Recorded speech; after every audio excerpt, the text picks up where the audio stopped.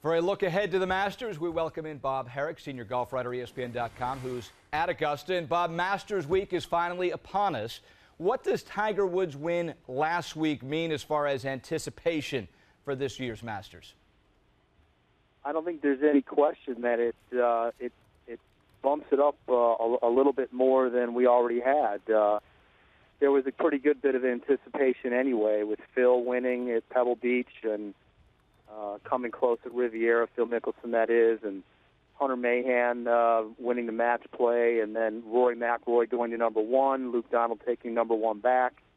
We've got a lot of the top players playing well and winning right now, and now Tiger just added to that. He was going to be in the mix anyway. He's had such a good record here, but him winning last week just adds to it. Bob, it almost seems like a perfect storm this week. You mentioned Phil Mickelson. He's won this year. He's playing well. How likely, in your opinion, is it we see Phil on the leaderboard this Sunday? Phil is always a mystery. He's, the most consistent thing about Phil is his inconsistency, really.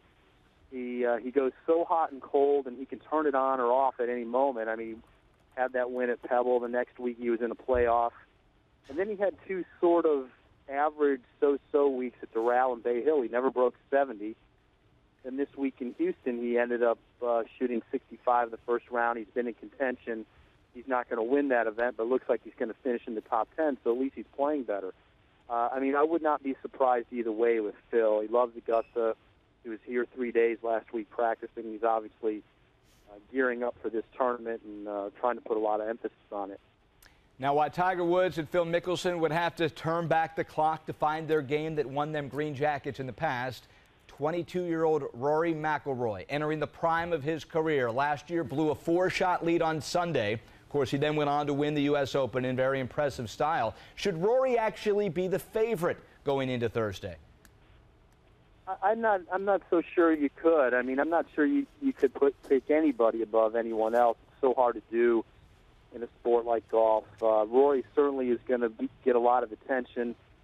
He's been playing well. He's just he hasn't been out of the top 5 since the end of last year, and had a victory a few weeks ago, and has taken the same approach to preparing as he did a year ago, where he actually took 3 weeks off to prepare for the Masters, and it worked pretty well for him last year, except for the last 9 holes, and I would think it's probably a good tack for him to take this time. But to suggest he's a guy, I don't know. I certainly think he's one of the guys, and it would be a surprise after his great success of late if he's not at least in the hunt come Sunday. All right, Bob, we talk about the big three with Tiger, Phil, and, of course, Rory.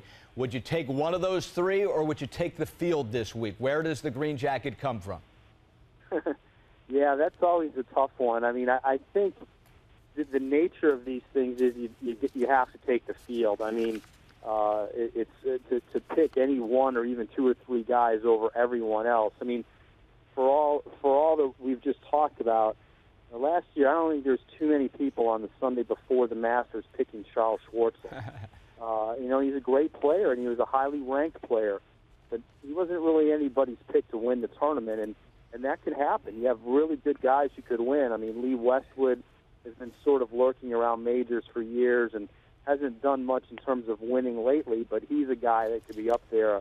Jason Day, who was second, Adam Scott. I mean, there's so many people that could walk away with it. So if you made me pick, I'd have to go with the field. All right, Bob, it's a bet. I'll take Tiger, Phil, and Rory. You've got the field. We'll talk next Sunday. Thanks for your time here on SportsCenter.